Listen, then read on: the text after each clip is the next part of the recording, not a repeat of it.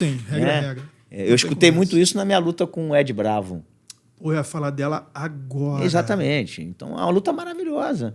Mas a regra não tem ponto. Eu vou ficar me preocupando em passar a guarda, estabilizar. Não. É a finalização. É a finalização. Ele foi para a finalização, ele teve bons momentos. Eu me defendi, eu saí, eu tentei algumas coisas também. Mas no final é aquilo.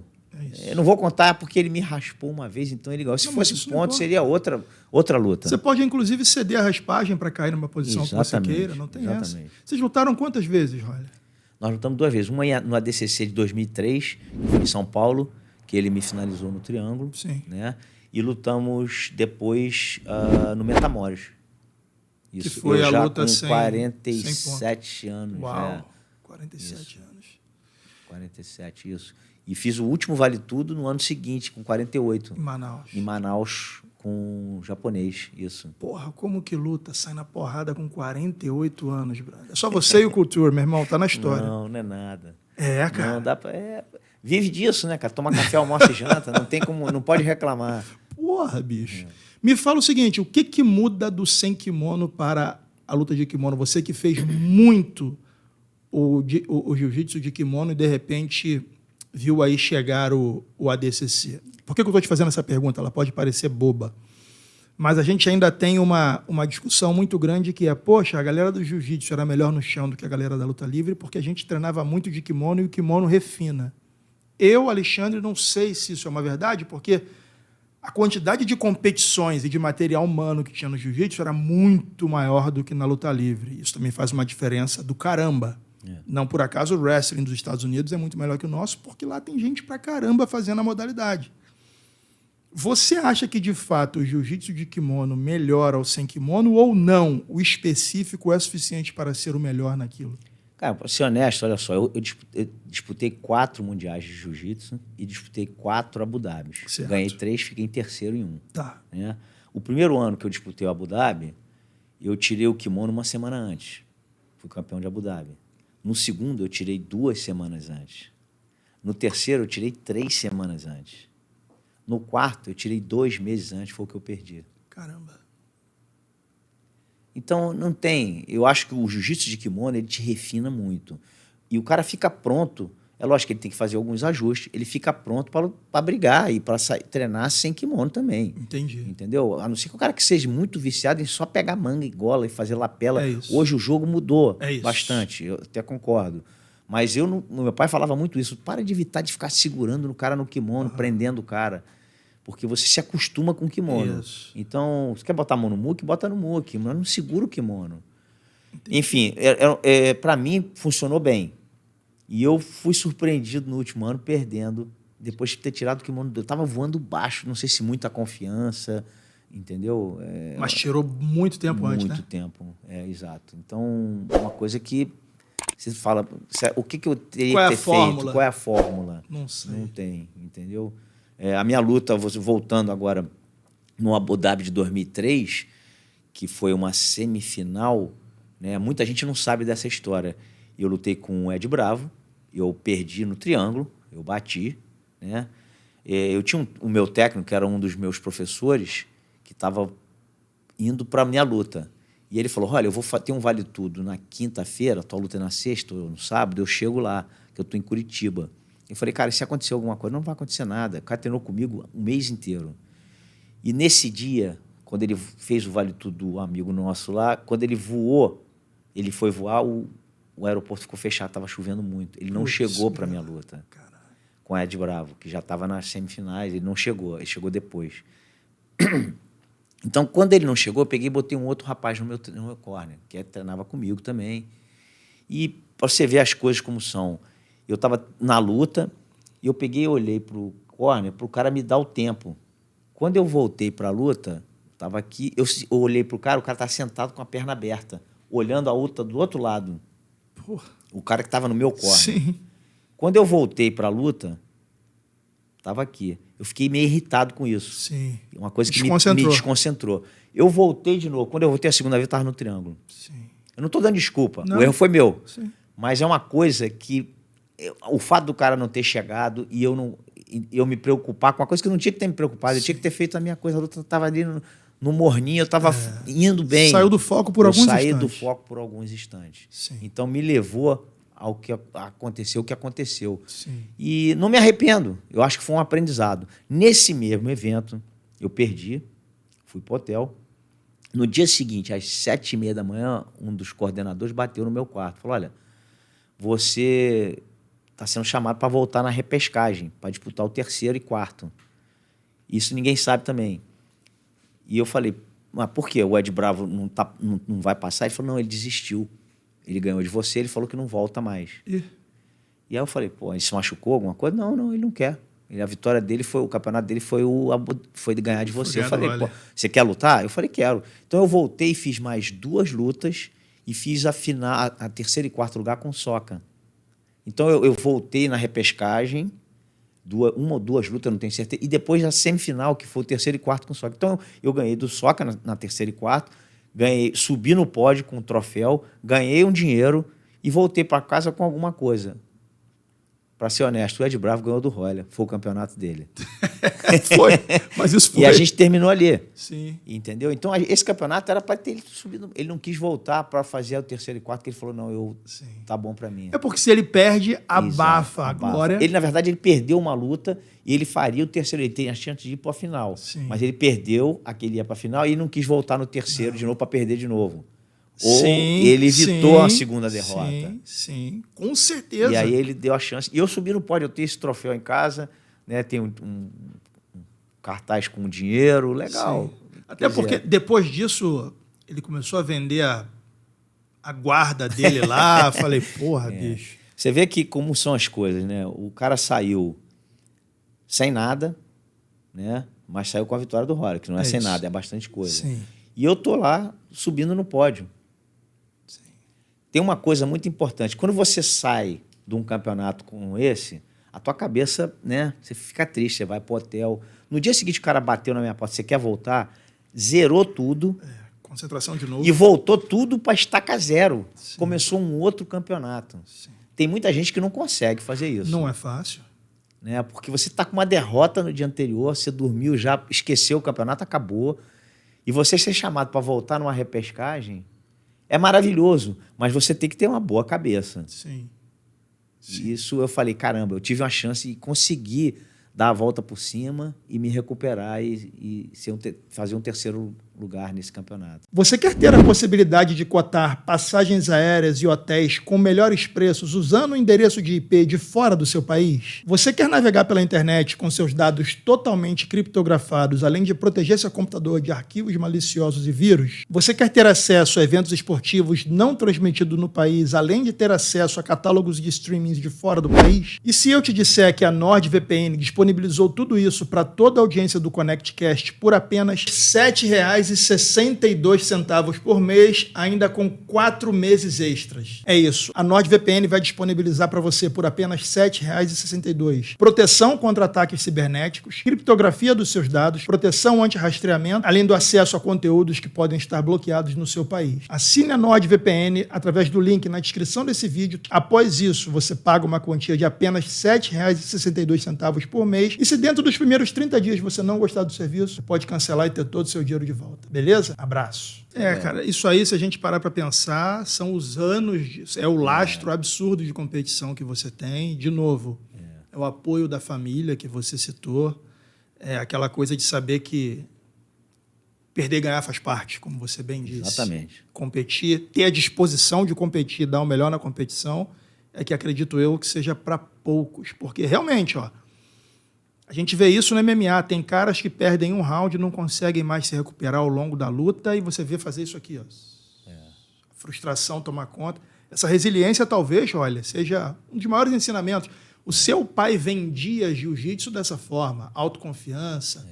O mais fraco ser capaz de se sentir confiante para encarar o mais forte. Para mim, esse é o maior ganho do jiu-jitsu. Na verdade, é o Carlos e o Hélio, né, cara? Os Carlos e o Hélio. Isso. São os caras que têm que estar no pedestal hoje quando a gente falar de jiu-jitsu. Me fala disso, cara. Eu sou muito curioso porque eu não tive a felicidade. Já viu o seu Hélio em algumas competições de jiu-jitsu, quando elas aconteciam aqui no Brasil? Vi em várias, inclusive.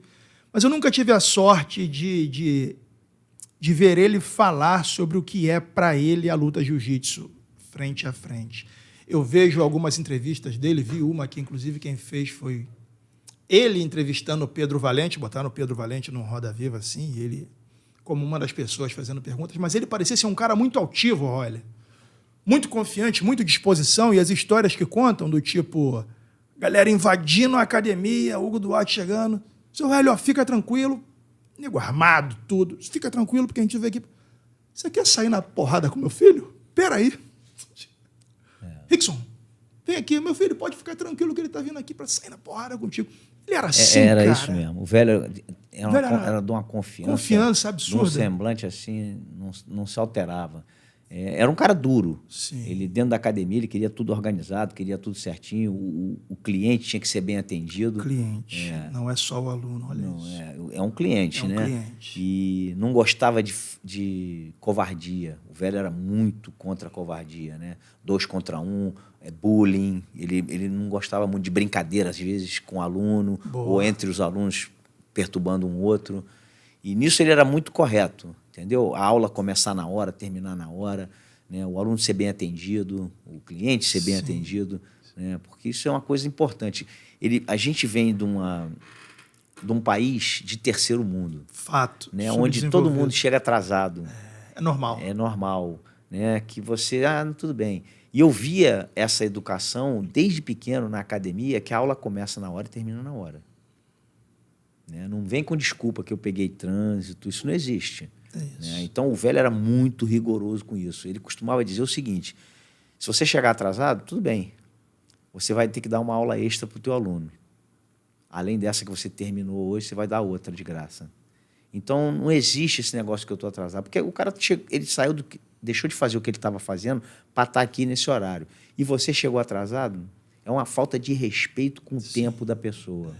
Então, o velho ele era muito sistemático com isso. Você quer ter a possibilidade de cotar passagens aéreas e hotéis com melhores preços usando o endereço de IP de fora do seu país? Você quer navegar pela internet com seus dados totalmente criptografados, além de proteger seu computador de arquivos maliciosos e vírus? Você quer ter acesso a eventos esportivos não transmitidos no país, além de ter acesso a catálogos de streamings de fora do país? E se eu te disser que a NordVPN disponibilizou tudo isso para toda a audiência do ConnectCast por apenas R$ 7,62 por mês, ainda com 4 meses extras. É isso. A NordVPN vai disponibilizar para você por apenas R$ 7,62. Proteção contra ataques cibernéticos, criptografia dos seus dados, proteção anti-rastreamento, além do acesso a conteúdos que podem estar bloqueados no seu país. Assine a NordVPN através do link na descrição desse vídeo. Após isso, você paga uma quantia de apenas R$ 7,62 por mês. E se dentro dos primeiros 30 dias você não gostar do serviço, você pode cancelar e ter todo o seu dinheiro de volta. Beleza? Abraço. Pô, ele tinha que fazer um curso para os médicos. Você chega no consultório, cadê o doutor fulano? Tem uma porrada de paciente esperando o médico. Eu já tive uma situação uma vez que exatamente isso, que eu falei, cara,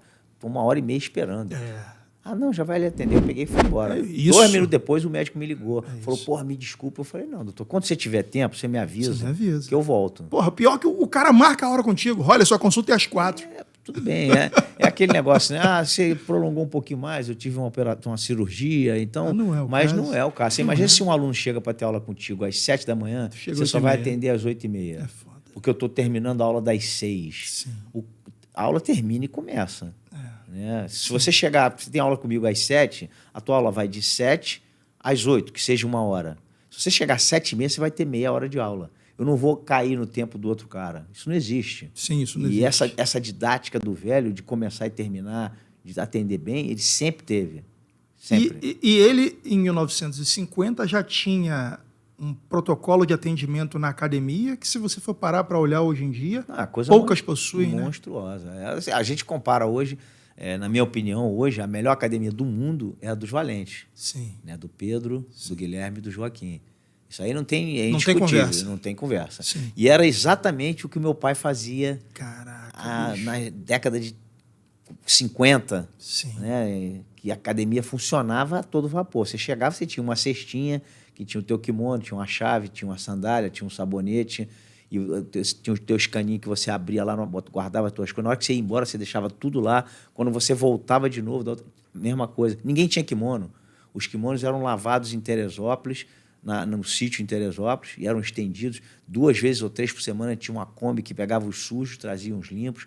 Alguns iam para fazer costura, consertar, né? Mas era um sistema que funcionava, né? O aluno chegava, o roupeiro, qual o teu tamanho? A3, ia lá, pegava um kimono limpinho para ele, uma toalha, botava numa cesta. Então funcionava como era uma máquina.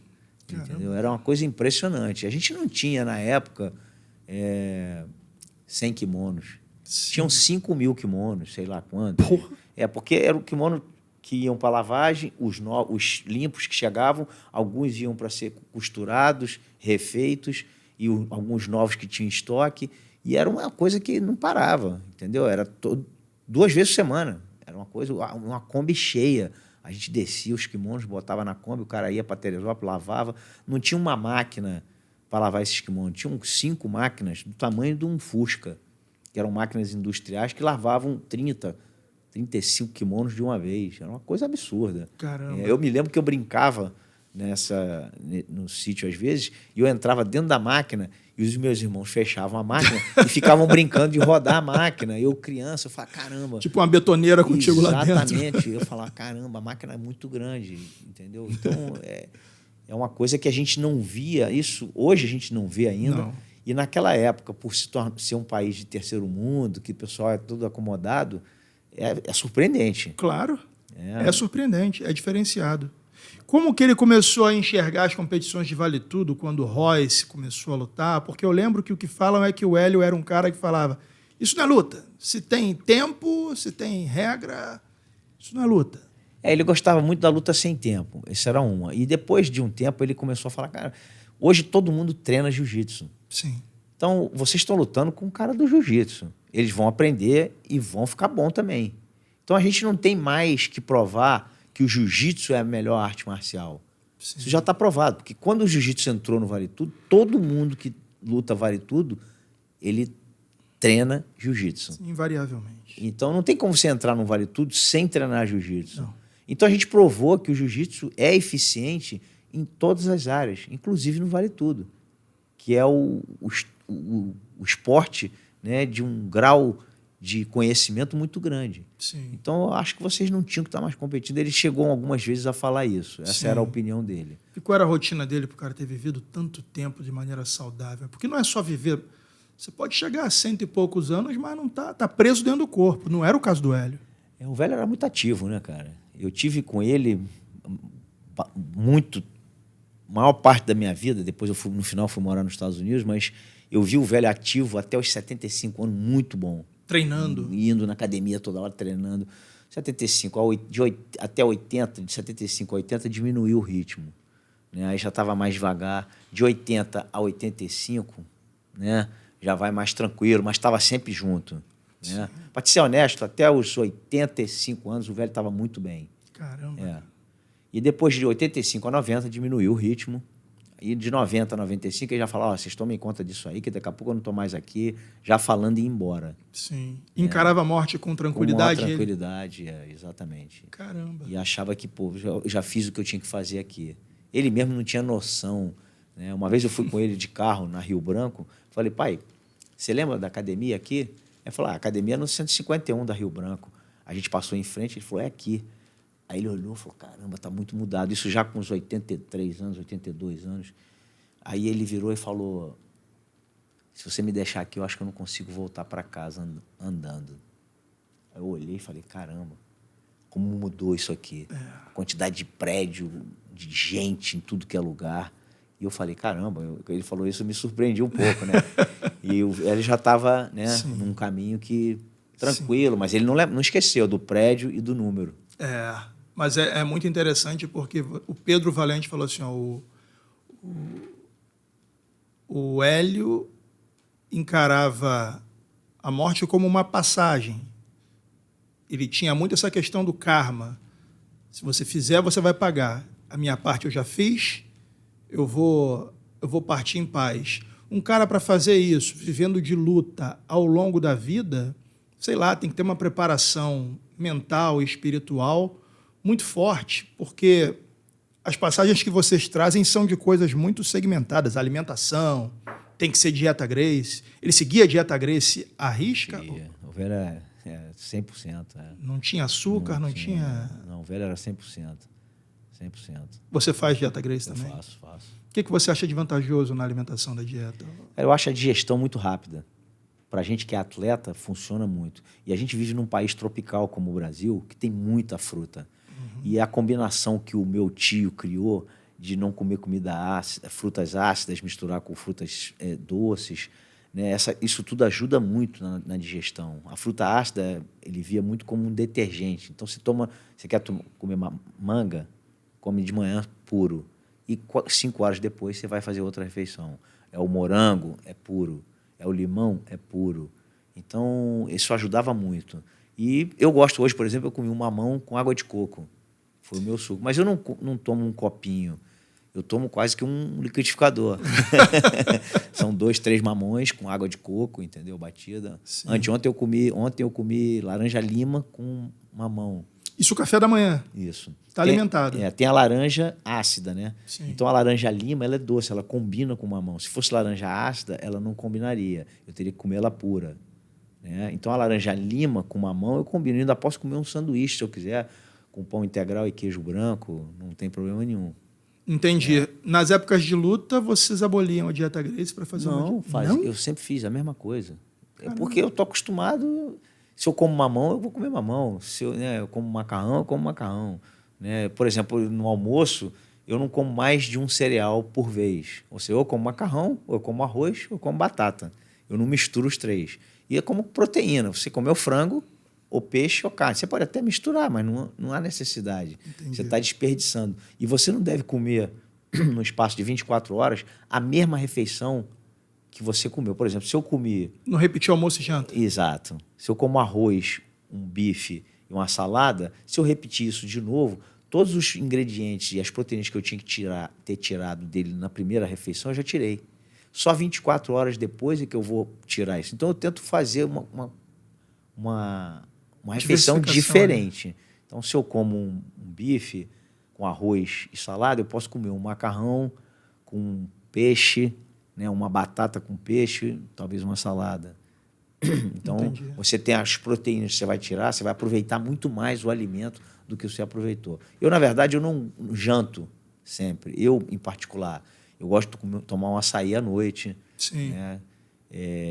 No café da manhã eu tomo um mamão com água de coco, no almoço eu como um macarrão com peixe, uma batata com peixe, carne eu como. Voltei a comer carne, fiquei 20 anos sem comer carne, voltei a comer carne há uns 6 anos para cá. E não me afetou em nada, mas eu como muito pouco, 2 vezes por mês, entendeu? 1 vez por mês. E não repito na janta. Procuro comer uma fruta na janta, um suco de melancia com um sanduíche de queijo branco e pão integral, que é o que me agrada, eu gosto. Eu não quero dormir com a barriga muito cheia, mas às vezes eu janto. Se eu tiver que sair para jantar com a minha mulher, se eu tiver que jantar com as minhas filhas, com quem quiser numa reunião, eu não tenho problema nenhum com isso. Entendi. Mas só tento diversificar. Curtiu esse corte? Então não deixe de entrar aqui no link na descrição desse vídeo para que você possa assistir ao episódio completo. Se você gosta do nosso canal, não deixe de se inscrever aqui e ativar as notificações para que você receba todo o conteúdo que a gente postar. E se você quiser conhecer a loja do ConnectCast, não deixe de clicar aqui na foto dessa camisa para que você possa conhecer as nossas peças e ver se alguma te agrada, beleza? Abraço!